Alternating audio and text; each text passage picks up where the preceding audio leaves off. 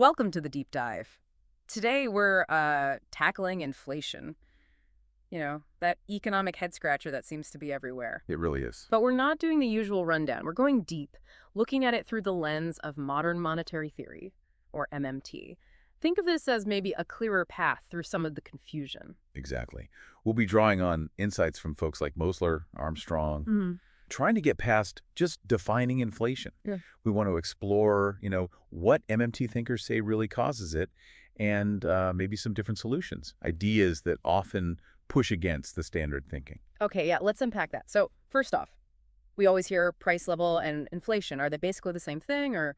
Not quite, no. The price level, think of it like a snapshot. Right now, average prices across the economy, groceries, energy, rent, whatever. Yeah. The CPI, the Consumer Price Index, tries to measure that. Okay, the snapshot. Right. Inflation, though, that's more like the movie. It's about that snapshot changing over time, a continuous, sustained increase in those average prices. So not just my avocados suddenly costing a fortune because of a bad harvest somewhere. Exactly. That's Yeah. a relative price change. Important, sure.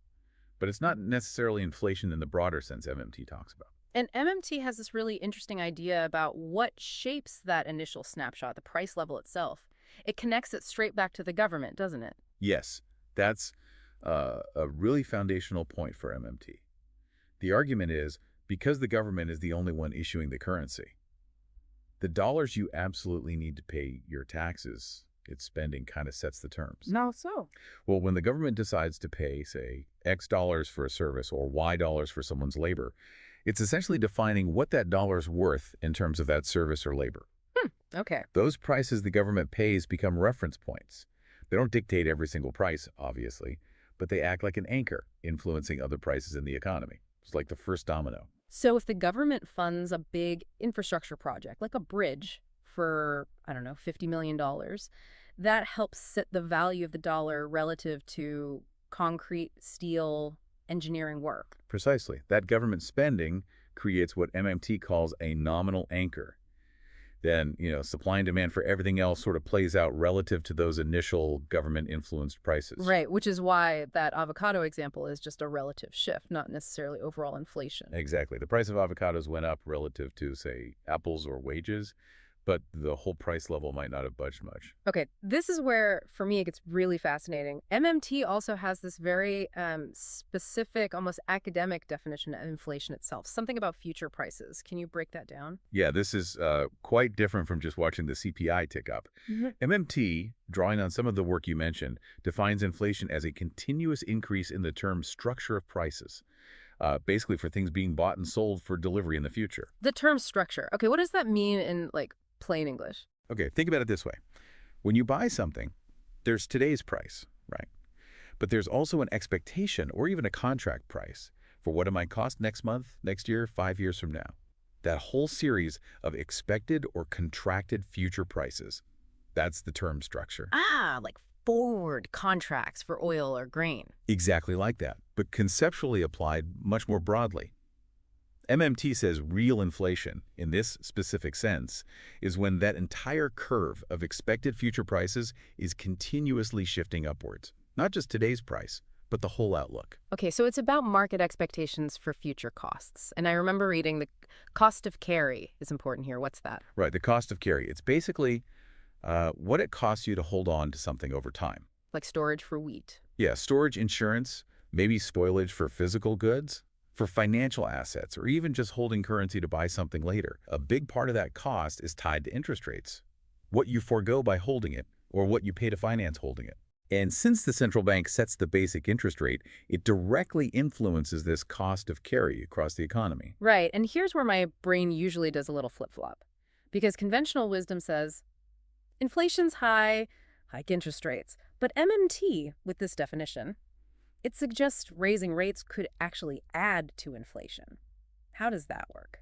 It's definitely counterintuitive to the standard story.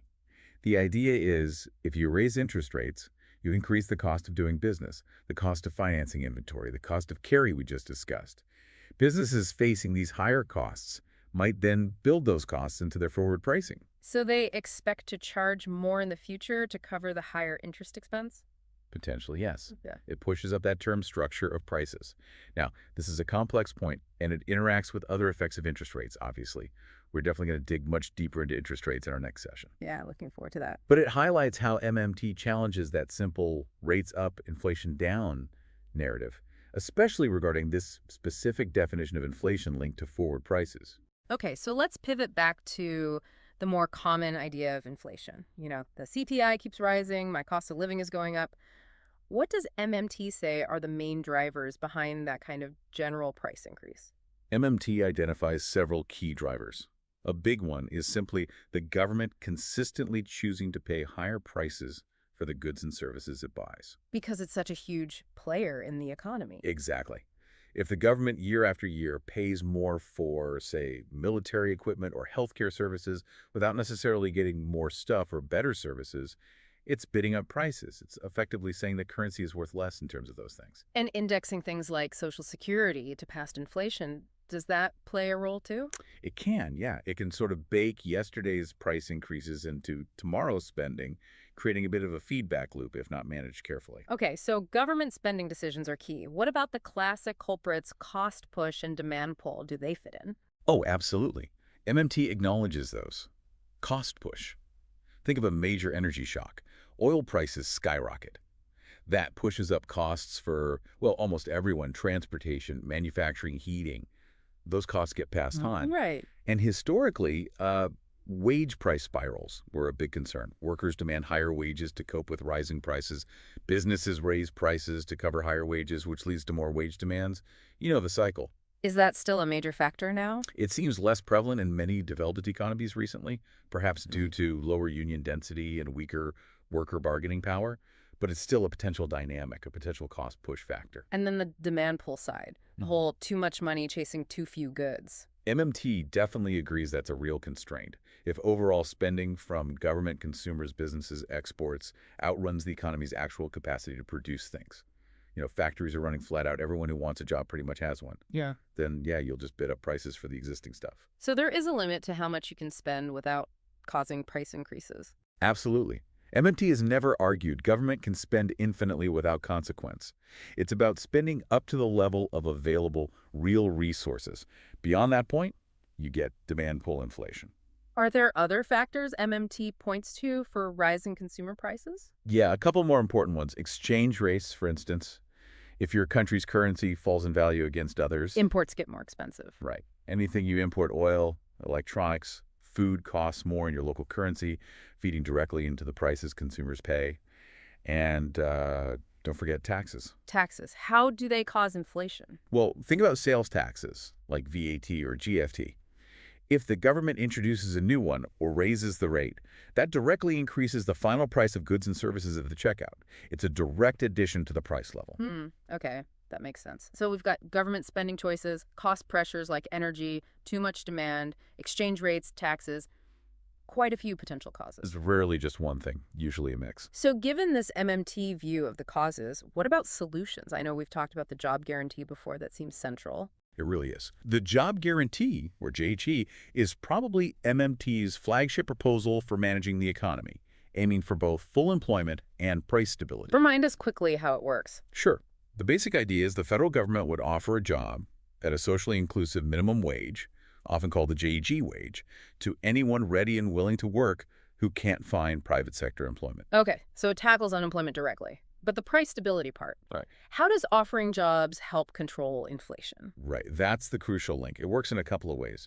First, that fixed JG wage acts as a powerful price anchor for the entire labor market. An anchor? How? Because it sets a floor. Private employers generally have to pay at least a bit more than the JG wage to attract workers away from that guaranteed option. This helps prevent wages from spiraling downwards in a recession, but also, importantly, it anchors the base of the wage structure. Okay. The second part is the buffer stock idea. The pool of people working in JG jobs acts as a buffer stock of employed labor. Like a reserve army of the employed almost. Sort of, but employed doing useful public service work, not unemployed.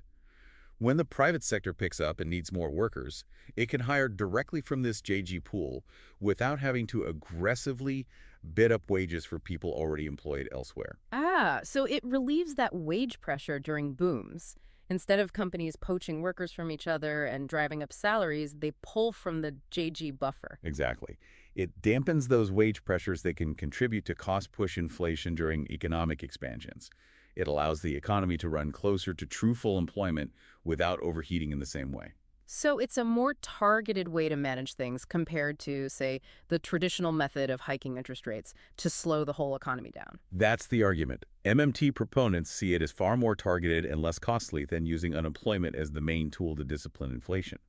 They often draw a parallel, maybe contrast it with the old gold standard. How so? Well, the gold standard used a buffer stock of gold to anchor the currency's value. MMT argues a buffer stock of labor, via the JG, is a more effective and, frankly, more humane way to anchor price stability in a modern fiat currency system.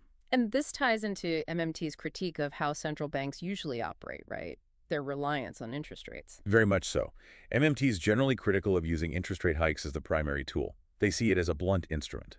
Blunt how? Well, raising rates aims to slow the economy down enough to create sufficient unemployment, or fear of unemployment, to cool wage demands and spending. MMT argues that's incredibly inefficient. You're deliberately slowing down the entire economy, costing jobs and output, just to indirectly influence prices. Causing pain to achieve price stability. Exactly. And MMT questions how effective it even is sometimes, pointing back to that potential cost push effect of higher rates we discussed. They advocate for tools like the JG, maybe targeted fiscal adjustments, or sector-specific regulations as potentially better ways to manage inflation without sacrificing full employment. Okay, let's try and nail down the key takeaways from all this. What should people really remember? Okay. First, the core MMT idea.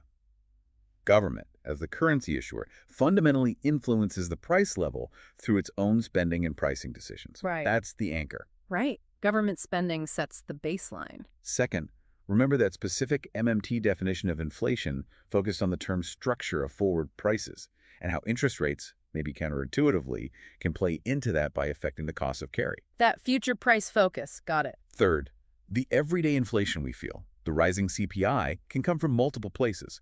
Government paying higher prices, cost shocks like energy, demand exceeding supply, a falling exchange rate making imports pricey, or even tax hikes. Not just one simple cause. Rarely. And finally, the job guarantee. It's presented as a key MMT policy tool, not just for unemployment, but specifically for price stability, acting as a wage anchor and providing that buffer stock of labor to smooth out wage pressures. So wrapping it up, it sounds like inflation, viewed through this MMT lens, isn't some, mysterious force acting upon us. It's tied very directly to economic actions, policy choices. Precisely. Choices about how the government spends, how it manages employment, how it regulates markets. MMT argues that understanding these connections opens up different possibilities for managing the economy.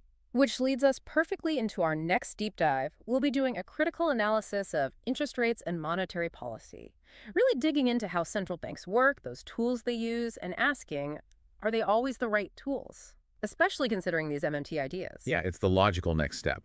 If MMT offers a different diagnosis of how the economy and inflation work, does that imply different prescriptions are needed compared to the standard central banking playbook? We'll explore that. So, for you listening, here's something to think about. What if the conventional story about inflation and how to fight it is incomplete? Chew on that relationship MMT highlights between government spending, jobs, and the prices you pay. It's a connection worth considering more deeply. Thanks for taking this deep dive with us.